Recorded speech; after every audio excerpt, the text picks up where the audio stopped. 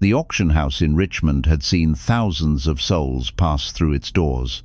But on that humid September morning in 1855, something happened that would never be recorded in the official ledgers. The buyers went silent. Not the silence of calculation, not the quiet pause before a bidding war. This was different. This was the silence of men confronted by something they could not name, something that made their hands fall still at their sides, something that made the auctioneer's voice falter mid-sentence. He stood on the block, young, perhaps 22, and he did not look down. That was the first impossibility. Enslaved men were trained from birth to avert their eyes, to shrink, to become small enough to be property. But this one stood with his shoulders drawn back, his chin raised, his gaze sweeping across the crowd as if he were the one conducting the appraisal, and his face. Before we descend further into this story, tell me which city or state you are listening from. Let's mark our presence so history cannot erase us. Thank you. Now, let's continue. His face was the problem. Everyone in that room could see it, could see the high cheekbones, the straight nose, the light eyes that caught the morning sun streaming through the warehouse windows. Features that did not belong on that platform. Features that belonged in the portraits hanging in the grand parlors of Virginia's oldest families. The auctioneer, a man named Silas Pritchard, who had sold more human beings than he could count, shuffled the papers in his hand. His voice, usually booming with rehearsed enthusiasm, came out thin, almost apologetic. Lot 47, male, 22 years, strong constitution, trained in household service, and he stopped. Someone in the crowd had coughed. A nervous, deliberate cough, the kind men make when they want to interrupt without speaking. Pritchard looked up, scanning the faces before him. Planters, merchants, speculators, men who had traveled from as far as New Orleans and Charleston for this particular auction. They had heard rumors, you see, whispers that had traveled along the slave trader routes for weeks. There was a young man coming to market in Richmond, a young man whose appearance was unusual. The word they used was beautiful, not handsome, not striking. Beautiful in the way that word was reserved for women and artwork and things meant to be admired rather than owned. And in the economy of human trafficking, beauty was complicated. It raised prices for young women sold into the worst kinds of bondage. But for a man, beauty was a disruption.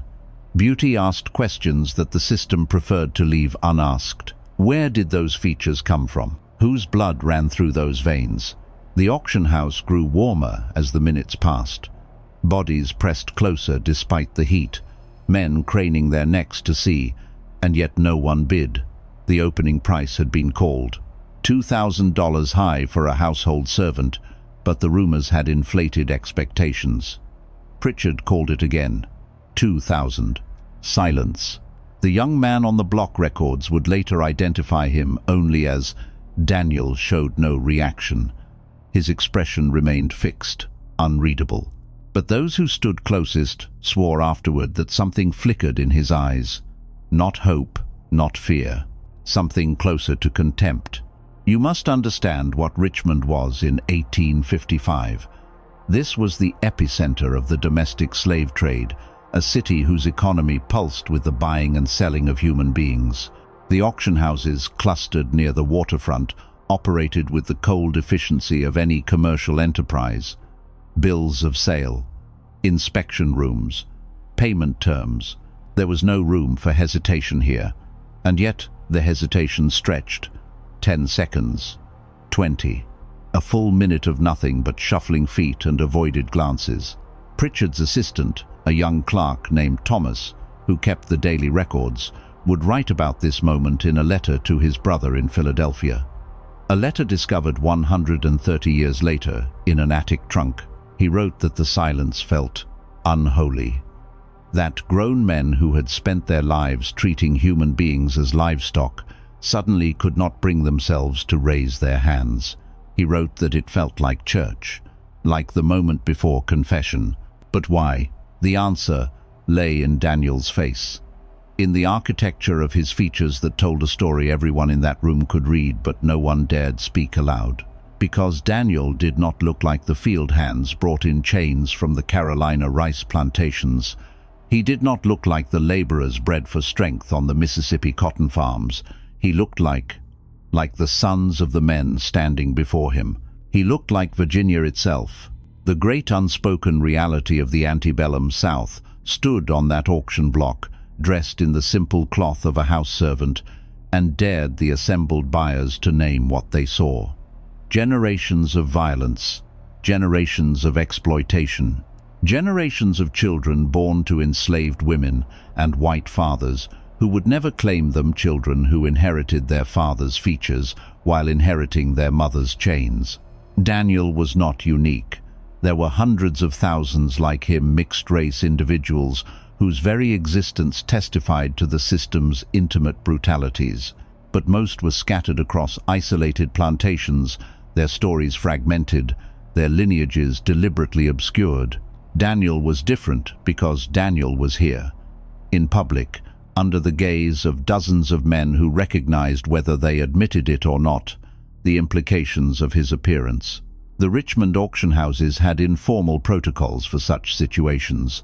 Mixed-race slaves with European features were often sold in private transactions, quiet deals conducted in back rooms, away from the public eye. The last thing the institution needed was a public display that made the hypocrisy too visible. So why was Daniel on the open block? This is where the story turns darker. This is where we must peel back the surface and examine the machinery beneath. Daniel had been the property of a man named Aldridge Beaumont, one of the wealthiest tobacco planters in Prince Edward County. Beaumont had died 6 months earlier, leaving behind an estate tangled in debt and a widow determined to liquidate every asset as quickly as possible. The widow, Caroline Beaumont, had insisted that Daniel be sold publicly through the Richmond houses, with no special arrangements. Her insistence had puzzled the estate's attorneys. Private sale would have been cleaner, more profitable. Likely collectors of fancy slaves often paid premium prices for individuals with Daniel's appearance. But Caroline Beaumont had been adamant. Public auction, open bidding, let the whole city see. Those who knew the family whispered that Caroline's insistence was not financial. It was personal. It was punishment, though, for whom, and for what transgression, remained the subject of speculation in the parlors of Richmond for months afterward. Thomas, the clerk, noted in his letter that Daniel had arrived at the auction house 2 days before the sale. Standard procedure: buyers liked to inspect the merchandise in advance. Daniel had been housed in the holding cells beneath the main floor, the brick-lined rooms where human beings waited to learn their fate. But Daniel had not waited like the others. The guards reported that he paced, not frantically, methodically, back and forth across his cell, counting steps, as if measuring something. He refused the thin gruel offered to the other slaves, drinking only water. And when buyers came to inspect him, to examine his teeth, his hands, the straightness of his spine, he submitted to the handling without resistance, but he never dropped his eyes. This unnerved the buyers who came to preview him. One planter from Natchez, a man named Colquitt, who had traveled specifically to bid on Daniel, after hearing the rumors, withdrew his interest entirely after the inspection. He told associates later that there was something unnatural about the young man's bearing, something that suggested more trouble than any slave was worth. The word he used was proud. Pride, in the context of slavery, was not merely discouraged. It was dangerous, a quality that had to be broken, usually through violence, before a slave could be considered properly trained. And yet Daniel carried himself with a pride that seemed untouchable, as if it came from somewhere the overseers had never reached. The morning of the auction, Richmond woke to unseasonable heat. The air hung thick and still over the city, carrying the smell of the river and the tobacco warehouses. The auction house opened its doors at 8 o'clock, and by 9, the main floor was packed. Word had spread.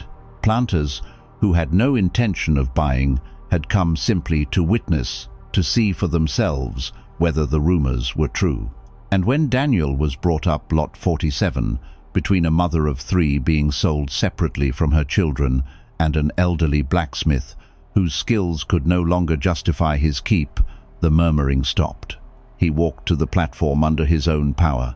No chains on his legs, only the iron cuffs on his wrists that marked his status. He climbed the 3 wooden steps without assistance, and he stood there, in the center of the block, and raised his head, and looked out at the assembled buyers, and they fell silent. Pritchard, the auctioneer, began his recitation. Age, health, skills, the standard inventory of a human being reduced to selling points. But his voice faltered as he spoke, the words coming slower, the pauses stretching longer. Something in Daniel's stillness was affecting him, affecting everyone. Thomas the clerk would write that it felt as if they were all waiting, not for a bid for something else. For permission, perhaps, or for absolution. The permission never came. Pritchard called the opening price 3 times, $2,000. The amount hung in the air like an accusation. $2,000 for a human being who looked like he could have been the son of any man in that room. Still no bids. This was unprecedented. The Richmond houses prided themselves on efficiency. Lots moved quickly, prices climbed steadily, business concluded, and paperwork filed by early afternoon. But here was an asset clearly worth thousands, clearly drawing interest, and yet nothing. Minutes passed. Pritchard mopped sweat from his forehead with a handkerchief. His assistant shuffled papers nervously. The crowd shifted, men glancing at one another, each waiting for someone else to break the spell.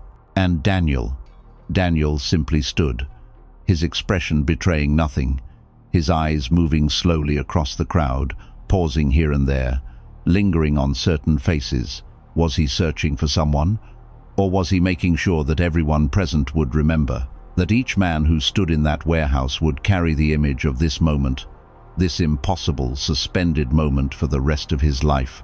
The heat pressed down, the silence stretched, and somewhere in that crowd, a man began to understand that what was happening on that auction block was not commerce. It was confrontation. It was a young man in chains, forcing an entire room to see truly. See what they had built, what they participated in, what they profited from. The beauty that should have made him valuable had become something else entirely. It had become a mirror. And the men of Richmond did not want to see what was reflected there. Pritchard lowered his gavel. His hand was shaking. Thomas noted this specifically in his letter. The auctioneer who had sold 10,000 souls could not bring himself to continue. He called for a recess, and as Daniel was led from the platform, still unbroken, still unbowed, still holding that impossible posture of dignity, something shifted in the room. A collective exhale, a release of tension that had become unbearable. But the question remained, hanging in the humid air of that Richmond morning. What had they just witnessed? And what would happen when the auction resumed? The answers would prove more disturbing than anyone could have imagined. Because Daniel's story did not end on that platform. It did not end with a sale, or a bill of transfer, or a journey to some distant plantation. Daniel's story was only beginning to reveal itself, and the secrets it would expose would reach into the highest circles of Virginia society, into the Beaumont family itself, into a web of blood and silence and carefully maintained lies that stretched back decades. The recess lasted 17 minutes. 17 minutes during which the auction house emptied onto the street, men clustering in small groups, speaking in low voices, avoiding each other's eyes. The tobacco smoke from their cigars rose into the still morning air and hung there suspended like the question no one would ask aloud. Who was Daniel, really? Thomas the clerk did not join the men outside. He remained at his station near the platform, pretending to organize his papers while watching the door through which Daniel had been taken. The holding area, the brick cells, the place where human beings waited to be sold like furniture or livestock. But Thomas had seen something the others missed. In that moment before Daniel turned to descend the platform steps, his gaze had stopped, fixed on a point in the crowd, and his expression, that mask of perfect, untouchable composure, had flickered. Just for an instant, something had passed across his features: recognition. Thomas had followed Daniel's sightline, trying to identify the target of that look, but the crowd had been thick, the faces numerous, and by the time he'd traced the angle, Daniel was already being led away. The moment was gone. But it haunted him. It would haunt him for years afterward. This clerk who kept the records of human trafficking, who logged the sales and noted the prices and filed the bills of transfer. He would lie awake at night wondering whose face Daniel had found in that crowd, wondering what silent message had passed between them. The answer, when it finally emerged, would destroy a family. The auction resumed at 10:30. Pritchard had composed himself a splash of water on his face, a glass of whiskey from his private flask, a reminder that he was a professional conducting business. He mounted the platform with renewed determination. Daniel was brought back. This time, something had changed in the room. The crowd had thinned slightly. Several men had left during the recess, claiming other appointments, other obligations. But those who remained had acquired a different energy, harder, more resolved. One of them would buy this slave. The paralysis of the first attempt would not repeat itself. They were businessmen, after all. Property was property. And whatever discomfort Daniel's appearance provoked, it did not change the fundamental equation. Pritchard called the opening bid again. $2,000. A hand rose. The room exhaled. The spell was broken. Commerce could resume. The bidder was a man named Josiah Clements, a cotton factor from Mobile, who had traveled to Richmond specifically for this sale. He dealt in what the trade called fancy goods, enslaved people of mixed race, usually women, sold for purposes that the auction records never explicitly named. Daniel represented an unusual addition to his inventory, but Clements saw opportunity where others saw complication. 2,000 to Clements. Pritchard's voice steadied. This was familiar territory now, the rhythm of auction, call and response, the climbing numbers. 2,100. Do I hear 2,100? Another hand. A planter from the Virginia Piedmont, older, grey-bearded, his expression unreadable. 22. 2,200. The bidding climbed. Clements, the Piedmont planter, a third man, younger, who Thomas did not recognize. Their hands rose and fell in the familiar choreography of purchase. 2,500. 28.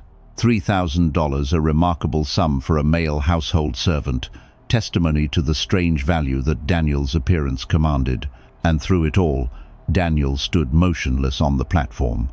His gaze had gone distant now, fixed on some point beyond the walls of the auction house, beyond the city itself, as if he had retreated to a place where the numbers being called meant nothing, where he was not merchandise, but something else entirely.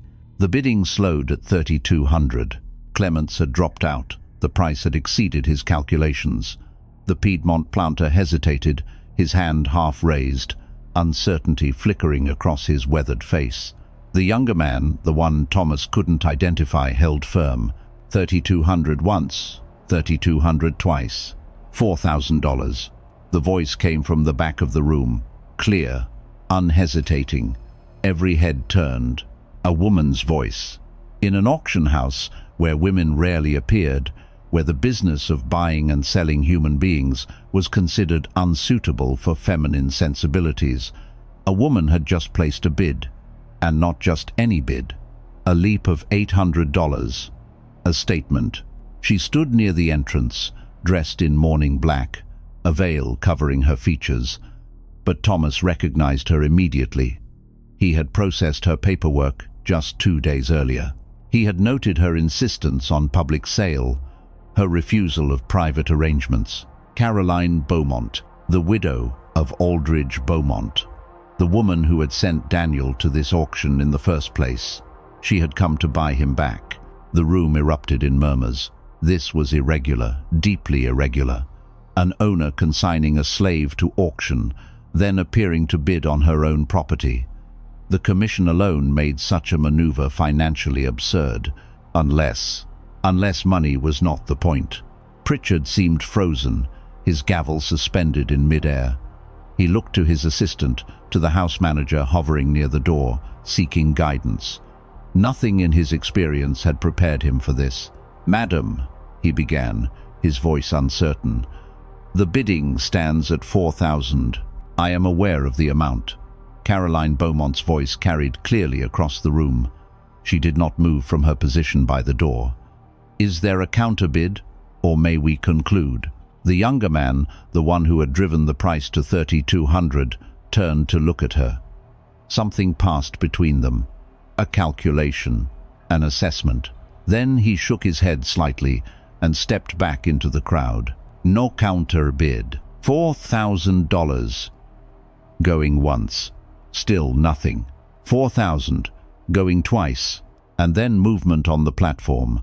Daniel had turned. His distant gaze had snapped back to the present, and he was looking directly at Caroline Beaumont, at the veiled figure in morning black who had just purchased him for twice his expected value. Thomas would swear, years later, that Daniel smiled. Not a smile of joy or relief. Something darker, something that looked almost like satisfaction. Sold to Mrs. Caroline Beaumont, $4,000. The gavel fell. The paperwork took 3 hours. Bills of sale, transfer of property, payment arrangements. Thomas processed it all with mechanical efficiency, his mind churning with questions he could not ask. By the time the documentation was complete, the afternoon sun had shifted, sending long shadows across the auction house floor. Daniel waited in the holding area throughout. He had not been restrained. What would be the point? He had been purchased. His fate was determined.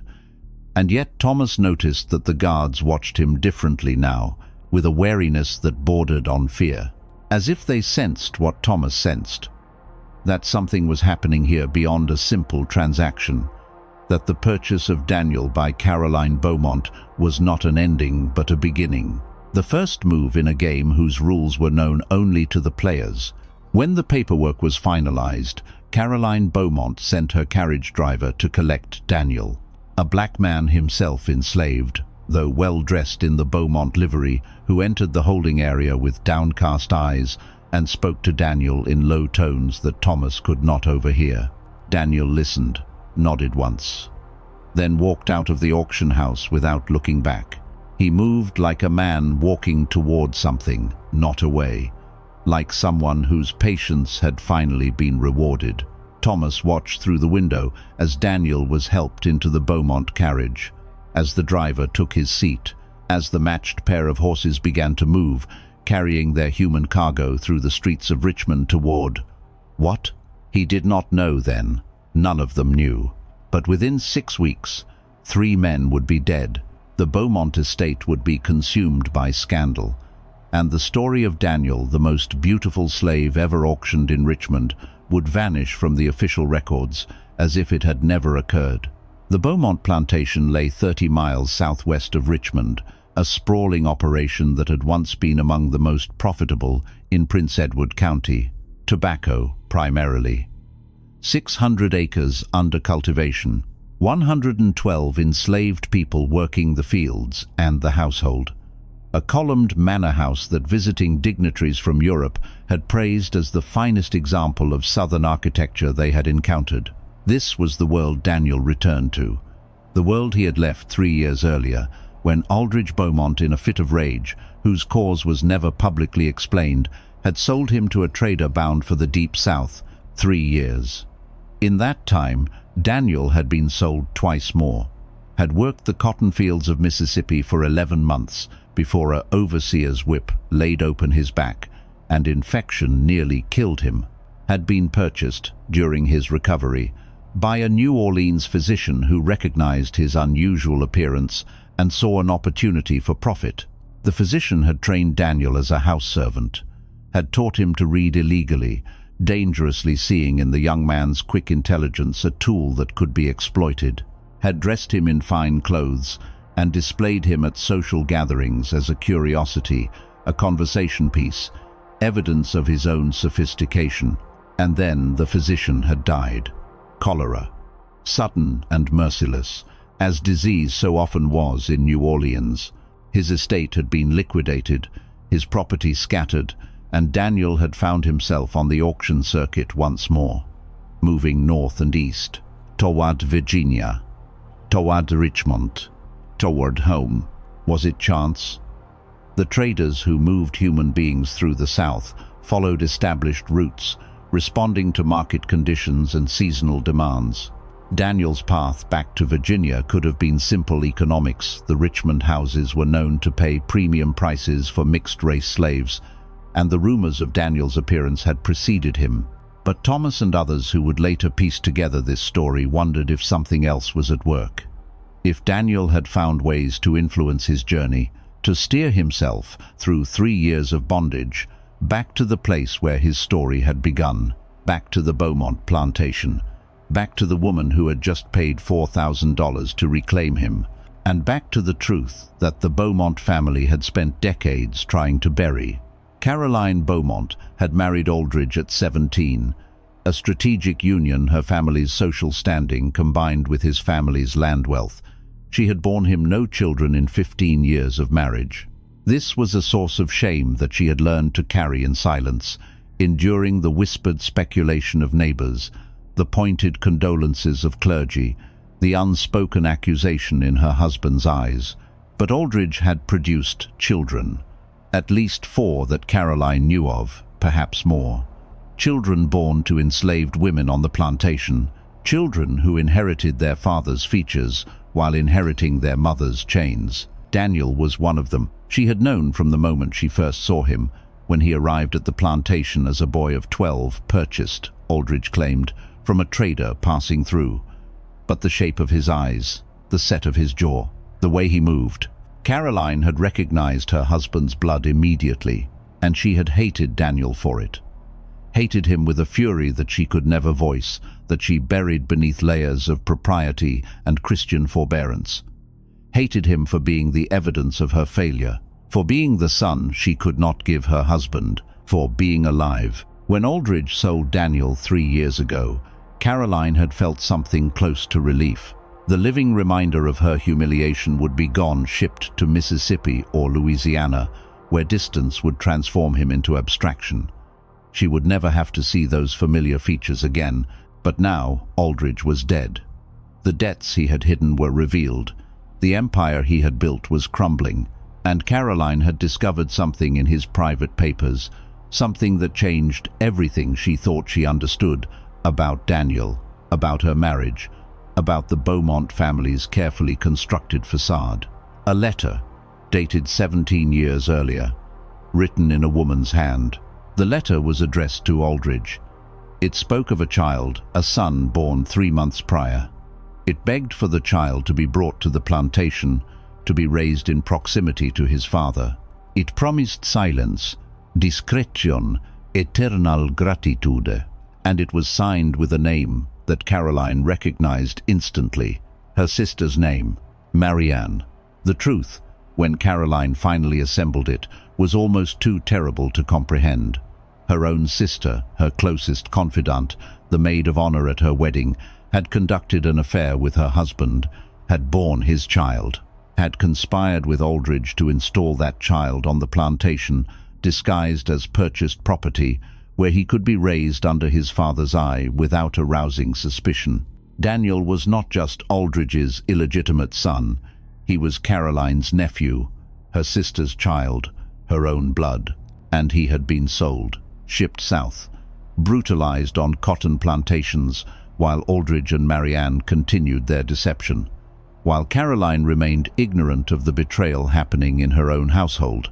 Marianne had died 2 years after Daniel was sold, a wasting sickness that the doctors could not name. She had called for her sister at the end, but Caroline, consumed by her own grief over a stillborn pregnancy, had not come, had not been there when Marianne whispered the name of her son, had not heard the confession that Marianne had carried to her grave. Until the letter. until Aldridge's death revealed the archive of correspondence that he had kept hidden, until Caroline understood finally the full scope of what had been done to her, to Daniel, to the bonds of family that were supposed to be sacred. This was why she had insisted on public auction. This was why she had appeared to bid.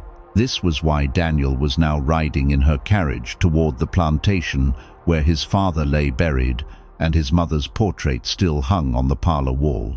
Caroline Beaumont was going to tell him the truth. And then she did not know. Justice, redemption, or simply the satisfaction of destroying what remained of the Beaumont legacy, the family name that had been built on lies and brutality and the systematic denial of human dignity. She watched through the carriage window as the familiar landscape rolled past. The tobacco fields, the slave quarters, the columned manor rising against the afternoon sky. Beside her, Daniel sat in silence, his expression unreadable, his eyes fixed on the approaching house. He had not spoken since leaving the auction, had not asked why she had purchased him, had not questioned where they were going or what awaited him there. It was as if he already knew, as if he had known all along, as if everything that had happened, the sale, the 3 years of bondage, the journey back to Richmond, had been preparation for this moment, for this return, for the confrontation that Caroline thought she was orchestrating but that Daniel had been planning for far longer than she could imagine. The carriage turned onto the main drive. The house loomed larger, and somewhere in its depths, the secrets of the Beaumont family waited to be dragged into the light. The Beaumont manor had not changed in 3 years. The same white columns rising against the Virginia sky, the same sprawling wings extending east and west, the same windows staring down like hollow eyes at the arriving carriage. But Daniel had changed. He stepped from the carriage without assistance. His feet touched the gravel drive, the same gravel he had raked as a boy, the same stones he had been forced to kneel upon when the overseer found fault with his work, and he stood still for a long moment, breathing, remembering. Caroline watched him from the carriage door. She had expected something. Tears, perhaps, or rage, or the collapse of a man confronting the sight of his childhood suffering. Instead, she saw calculation, assessment, the careful gaze of someone taking inventory. "You know this place," she said. Not a question. Daniel turned to look at her, and for the first time since the auction, he spoke. "I was born in the room above the kitchen, 3rd window from the left." His voice was low, measured, with none of the deference that enslaved people were trained to perform. He spoke to Caroline Beaumont as if she were his equal, as if the $4,000 she had paid meant nothing, as if the papers that declared him her property were merely formalities in a game whose true rules were known only to him. Caroline felt something cold move through her chest. This was not what she had anticipated. She had imagined herself the author of this story, the wronged wife, finally delivering truth and justice to her sister's abandoned son. But standing here, in the shadow of the house, she began to understand that Daniel had his own narrative, his own purpose, and she might not be its hero. The household staff had been informed of Daniel's return.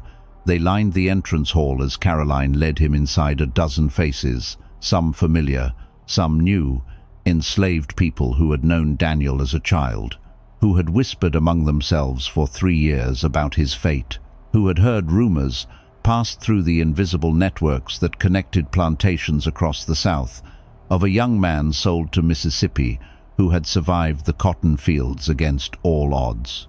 They looked at him now with expressions that mixed recognition and disbelief. He had left as a boy of 19, beautiful, yes, but still soft, still unformed.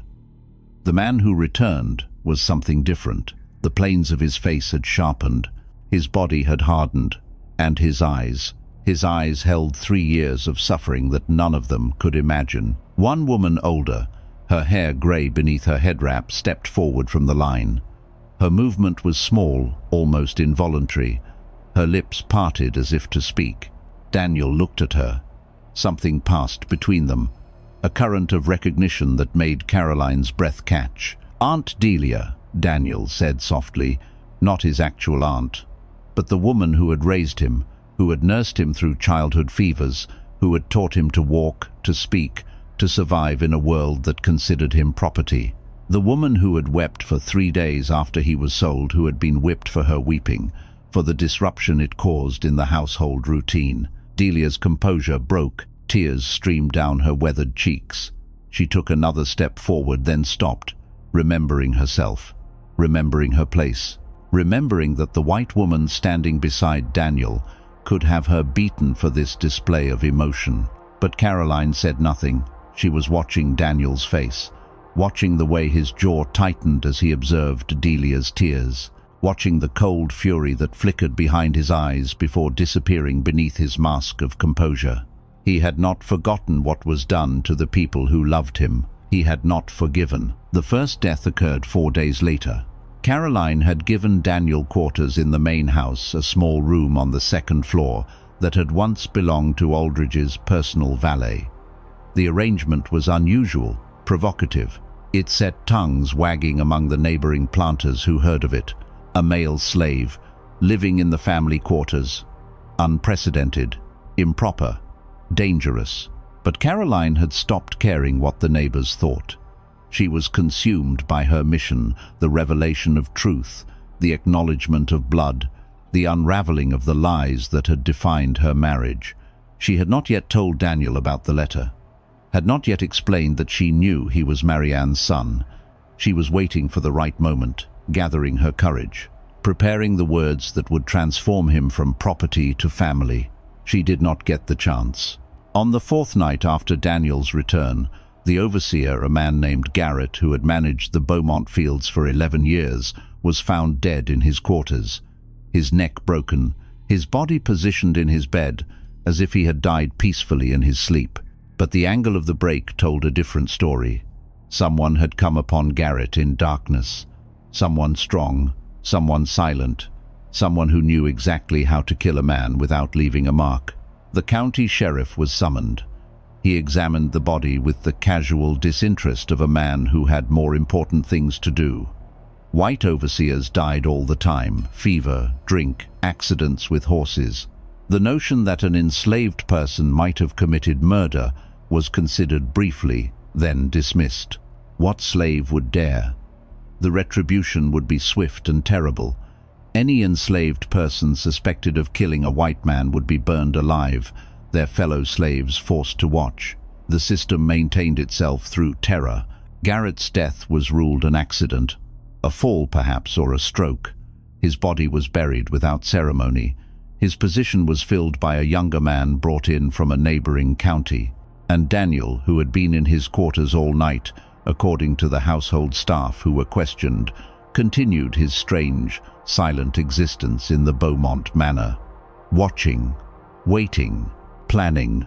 Caroline found herself studying him in the days that followed. At meals, where he served as part of the household staff.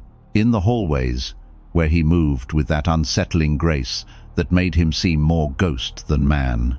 In the library, where she discovered him one evening standing before the portrait of Marianne that hung above the fireplace. He was looking at his mother's face. Caroline stood in the doorway, watching him. The firelight flickered across his features, features that echoed the painted woman's so precisely that denial was impossible. The same cheekbones, the same curve of the lips, the same light in the eyes that the artist had captured decades ago. She was beautiful, Caroline said quietly. Daniel did not turn. Was she? It was not a question. Caroline felt a chill despite the fire's warmth.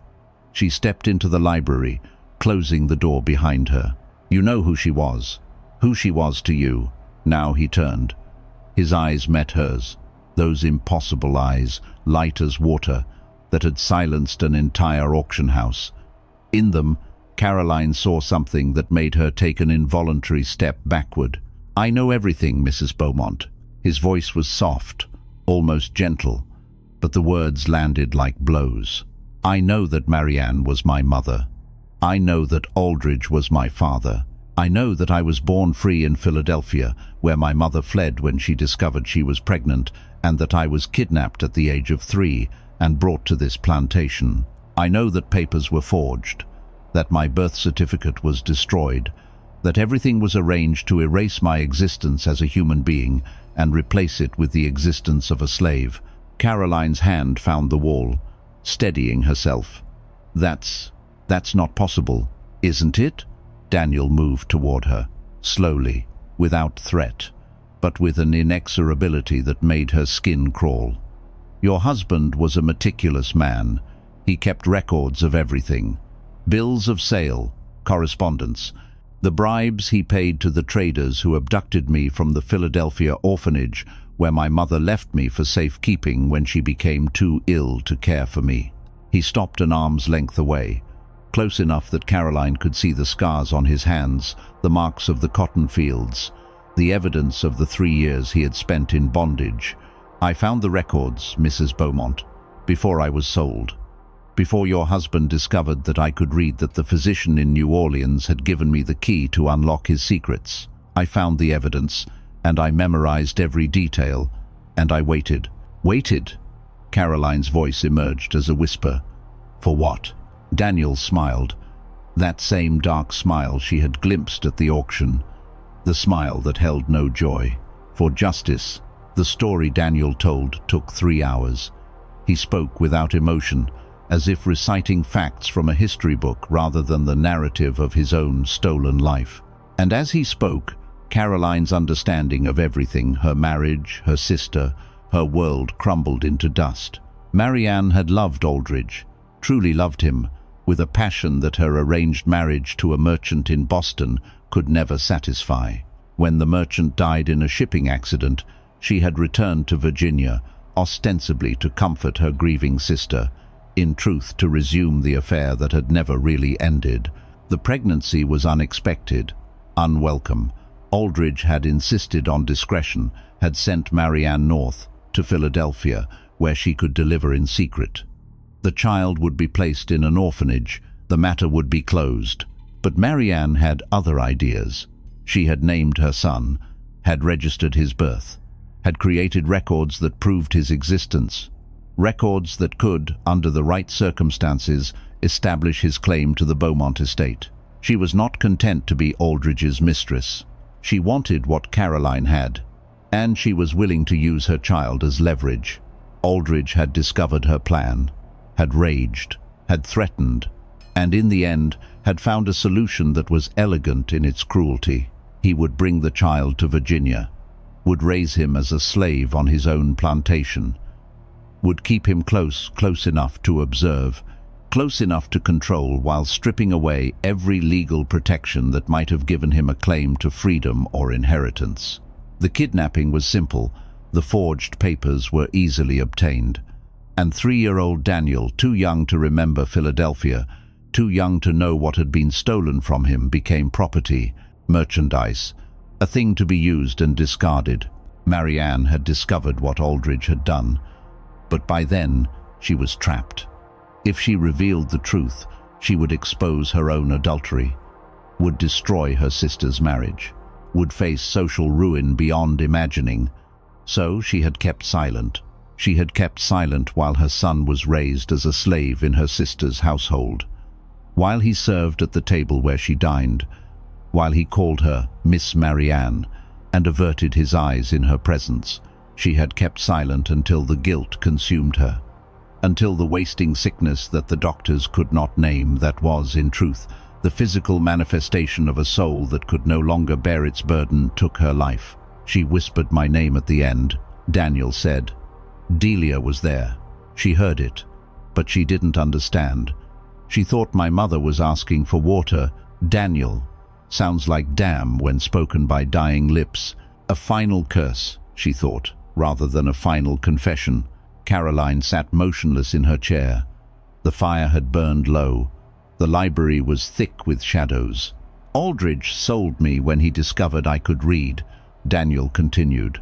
He found a book in my quarters, a Bible that the physician had given me. He understood immediately what it meant. A literate slave is a dangerous slave. A literate slave who knows his true history is a catastrophe waiting to happen. He moved to the window, looked out at the darkness beyond.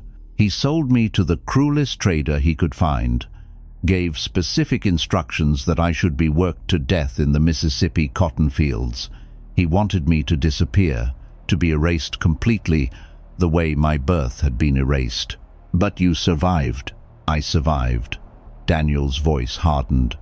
I survived the fields. I survived the whip. I survived the fever that killed 3 other men in my barracks. And when I was sold again, when chance or providence delivered me to that physician in New Orleans, who saw potential where others saw only property, I began to plan. He turned from the window, faced Caroline across the darkened room. 3 years, Mrs. Beaumont. 3 years of waiting. 3 years of steering my own sail through traders who could be bribed, through auctions where I ensured I would not be purchased, until I finally reached Richmond, until I finally came home. The second death occurred that night. The new overseer the young man brought in to replace Garrett was found at dawn in the tobacco fields. His body lay between the rows of plants, his face turned to the sky, his neck broken, his expression frozen in a look of absolute terror. This time, the sheriff was not so quick to dismiss. 2 overseers dead in less than a week, both killed the same way. Both found in positions that suggested they had been caught unaware that death had come from behind, silent and swift and merciless. The plantation was placed under lockdown. The enslaved workers were confined to their quarters. Interrogations began brutal, systematic, designed to extract confessions through pain. But no confession came. Because the workers knew nothing, had seen nothing, they had been asleep in their cabins, as they claimed. The killer, whoever it was, had moved unseen, undetected, a ghost in the Virginia darkness. Caroline watched the sheriff's investigation from the manor house windows, watched the violence being inflicted on people whose only crime was existing in proximity to death, and she understood, with a terrible clarity, what was happening. Daniel was taking his revenge, not randomly, not carelessly. Each victim was chosen with precision. Garrett had been the overseer who whipped Delia for her tears when Daniel was sold. The new overseer, she learned through careful questioning, had worked on a Mississippi plantation 3 years earlier, had been one of the men who laid Daniel's back open with the lash. They were not random deaths, they were executions. And somewhere in the manor, moving through its shadows, sleeping in the room above where she lay awake at night, the executioner was waiting for his next target. Caroline knew she should tell the sheriff, should reveal what Daniel had confessed to her in the library, should end this before more blood was spilled. But she didn't. She didn't because of the letter, because of the portrait that hung above the fireplace, because every time she looked at Daniel, she saw her sister's eyes looking back at her, the sister who had betrayed her, yes, but also the sister who had loved her, who had died calling out for forgiveness that never came. And she didn't, because some part of her, some dark, secret part that she had never acknowledged, was glad that the overseers were dead, glad that the men who had profited from brutality were facing judgment, glad that the system which had stolen her nephew's freedom and her sister's peace was finally facing consequences. She told herself she was waiting, gathering information, preparing to act at the right moment, but in truth she was watching, and part of her was hoping that Daniel would succeed, that he would burn it all down, the plantation, the legacy, the lie of the Beaumont name, and leave nothing but ashes in his wake. The third death would change that. The third death would force her to choose. He came to her room on the 7th night. The door opened without sound. She had left it unlocked, though she could not say why, and suddenly he was there, standing at the foot of her bed, his silhouette framed by moonlight. "The sheriff has identified a suspect," he said quietly, "a field hand named Solomon. They plan to hang him tomorrow at dawn." Caroline sat up. Her heart pounded against her ribs. "Solomon is innocent." "I know." "Then you must what?" Daniel's voice carried an edge now. Confess? Surrender myself to save a man I've never spoken to? Walk to the gallows in his place after everything that was taken from me? He moved closer. She could see his face now, the high cheekbones, the light eyes, the features that echoed her sister's portrait with painful precision. I spent 3 years in hell, Mrs. Beaumont. 3 years as an animal. 3 years watching men like Garrett and men like that new overseer break human beings for sport. And now, you want me to sacrifice myself for one of them, to let the system that stole my life claim it once more, this time with a rope. Solomon isn't part of the system. He's a victim, like you. An innocent man. There are no innocent men. Daniel's voice dropped to a whisper. Not here. Not in this world you've built. Every white man in Virginia is complicit. Every white woman. Every person who ever looked at a slave and saw property instead of a human being. He leaned closer, his breath warm against her face. Including you. The accusation hit her like a physical blow. Because it was true. Of course it was true. She had spent her entire life surrounded by enslaved people, had been dressed by them, fed by them, comforted by them, and she had never questioned it, had never allowed herself to see the horror of it, had accepted the system as natural, inevitable, divine, until now, until this moment, in the darkness, with her nephew's eyes burning into hers. "What do you want?" she whispered. "What would make this right?" Daniel was silent for a long moment. When he spoke, his voice had changed. Softer now, almost sad. "Nothing can make it right. Nothing can give me back my childhood. Nothing can resurrect my mother or undo the years of suffering or restore me to the life that should have been mine." He stepped back. The moonlight caught his face again. "But I can make sure it ends. I can burn this house to the ground, this house built on stolen lives and stolen labor, and scatter its ashes to the wind. I can ensure that the Beaumont name becomes synonymous with shame. I can write the truth into history where no one can erase it." He moved toward the door. "Solomon will not hang tomorrow, Mrs. Beaumont. I will see to that. But when the sun rises, you will have a choice to make. Help me or try to stop me." He paused at the threshold. "Choose carefully." And then he was gone, vanished into the darkness of the manor, leaving Caroline alone with a choice that would define everything that came after. Caroline did not sleep that night. She lay in the darkness, staring at the ceiling, listening to the sounds of the manor settling around her, the creak of old timbers, the whisper of wind through the eaves, the distant, muffled sounds of the enslaved workers in their quarters, sounds she had heard every night of her life without ever truly hearing them. The sounds of suffering, the sounds of stolen lives. She rose before dawn, dressed herself without calling for help, something she had not done since childhood, moved through the silent hallways of the house that had been her prison as much as it had been her home.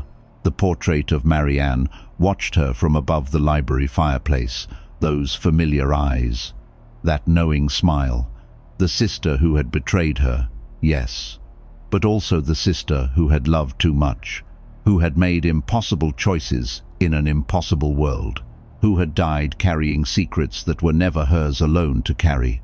"I'm sorry," Caroline whispered to the painted face. "I'm sorry I wasn't there. I'm sorry I didn't know. I'm sorry for all of it." The portrait offered no absolution. Marianne's eyes remained fixed, distant, already belonging to history. Caroline turned away. There was work to be done. Solomon did not hang that morning.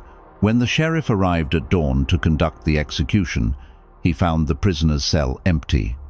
The lock had been picked skillfully, silently, by hands that knew exactly what they were doing. The guards posted outside the jail had seen nothing, heard nothing. Solomon had simply vanished. The sheriff raged, organized search parties, sent riders to the neighboring counties with descriptions of the escaped man.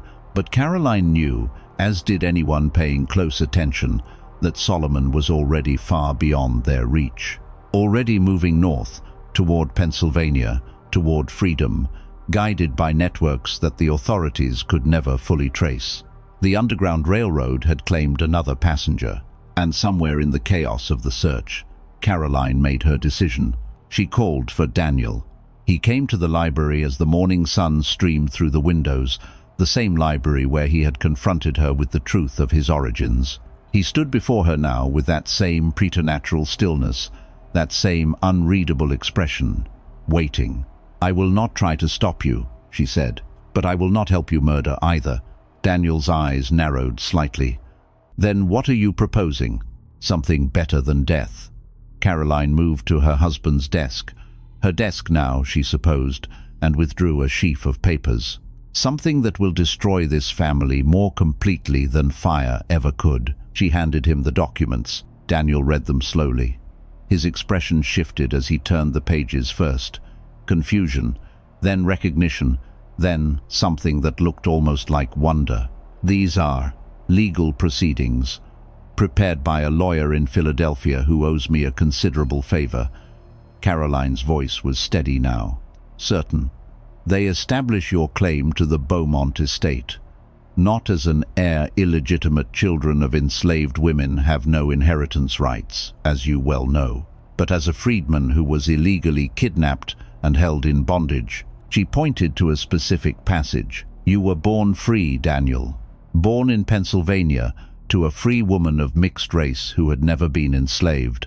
The papers your father forged, the ones that established you as property, were fraudulent, and fraud in the Commonwealth of Virginia can be prosecuted." Daniel looked up from the documents.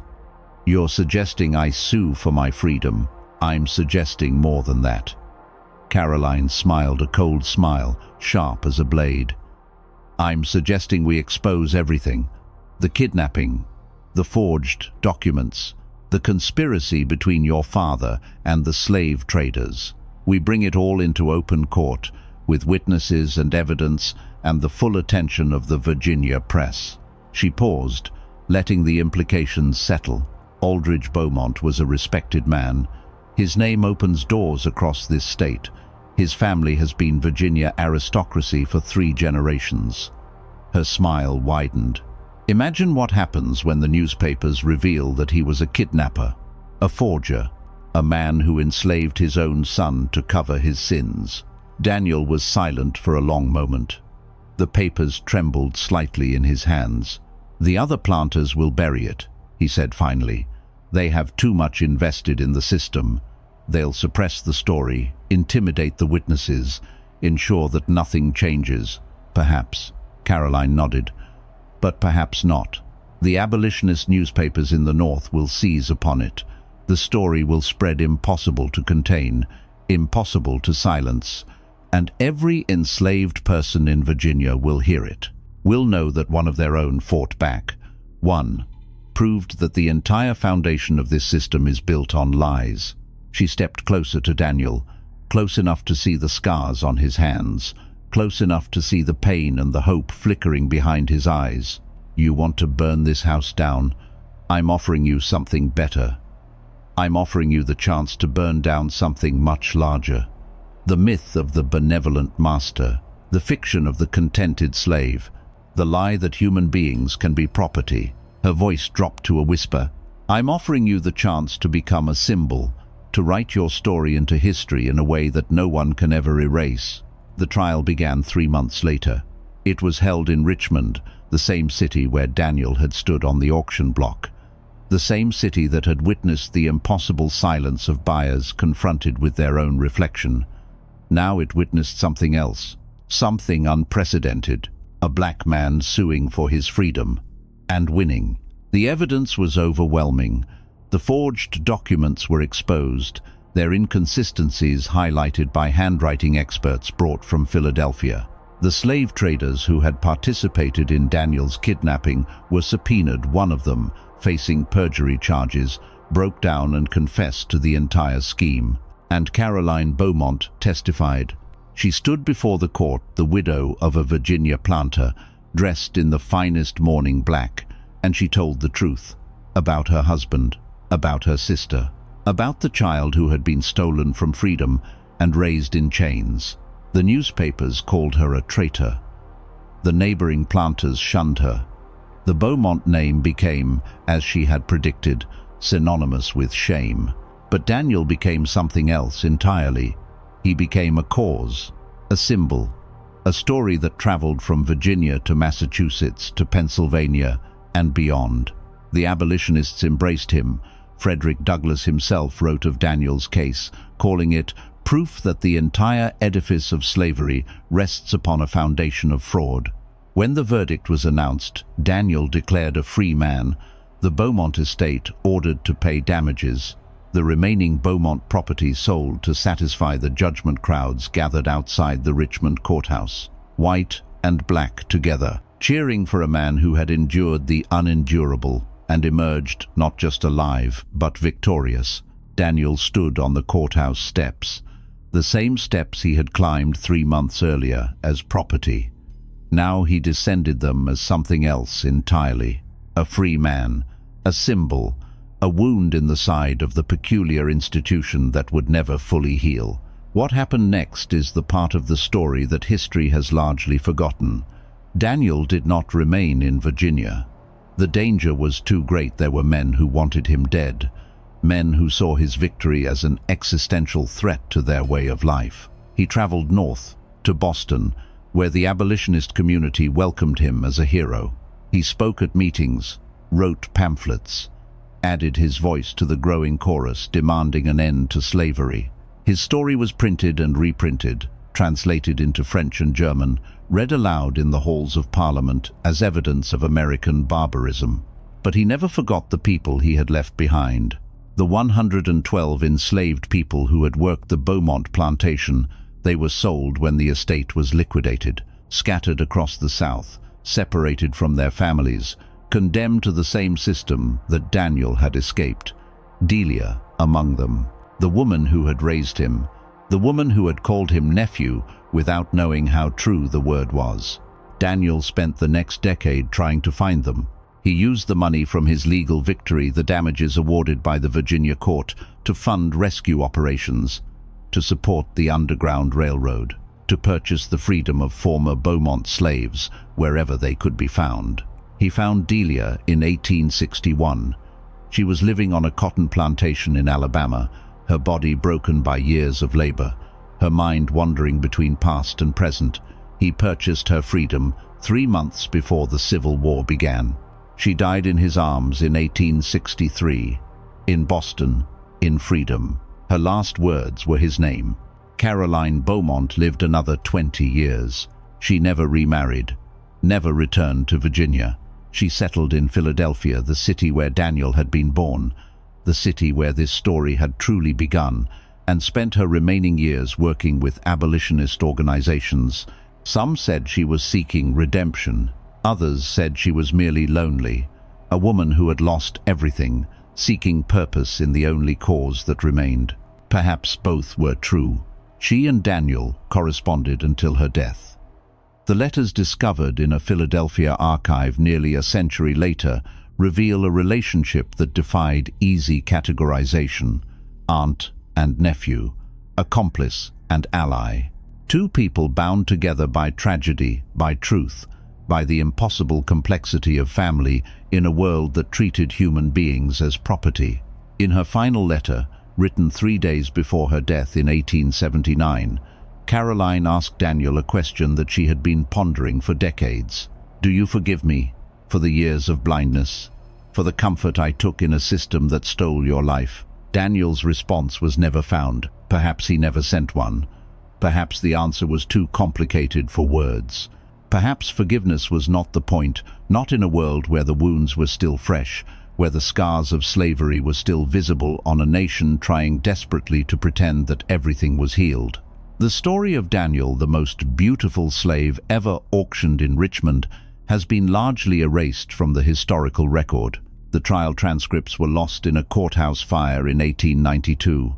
The newspapers that covered his case were discarded, their archives destroyed by time and neglect. Even the abolitionist pamphlets that once circulated his story have become rare surviving copies housed in a handful of university libraries, consulted only by scholars pursuing footnotes. But fragments remain. Thomas, the clerk, the young man who witnessed Daniel's auction and wrote to his brother in Philadelphia, eventually moved north himself. He became a journalist, covered the Civil War, wrote a memoir in his final years that included 3 chapters on the Richmond slave markets. In those chapters, he described the morning when an entire auction house fell silent, when buyers who had purchased thousands of human beings found themselves unable to raise their hands, when something shifted in the room, something that Thomas struggled to name but never forgot. It was as if we were all confronted, he wrote, with the truth of what we were doing. Not the abstract truth which we could ignore, but the embodied truth, standing before us, looking at us with eyes that refused to look away. He concluded the chapter with a question that still echoes. What happens to a system when it can no longer pretend that its victims are not human?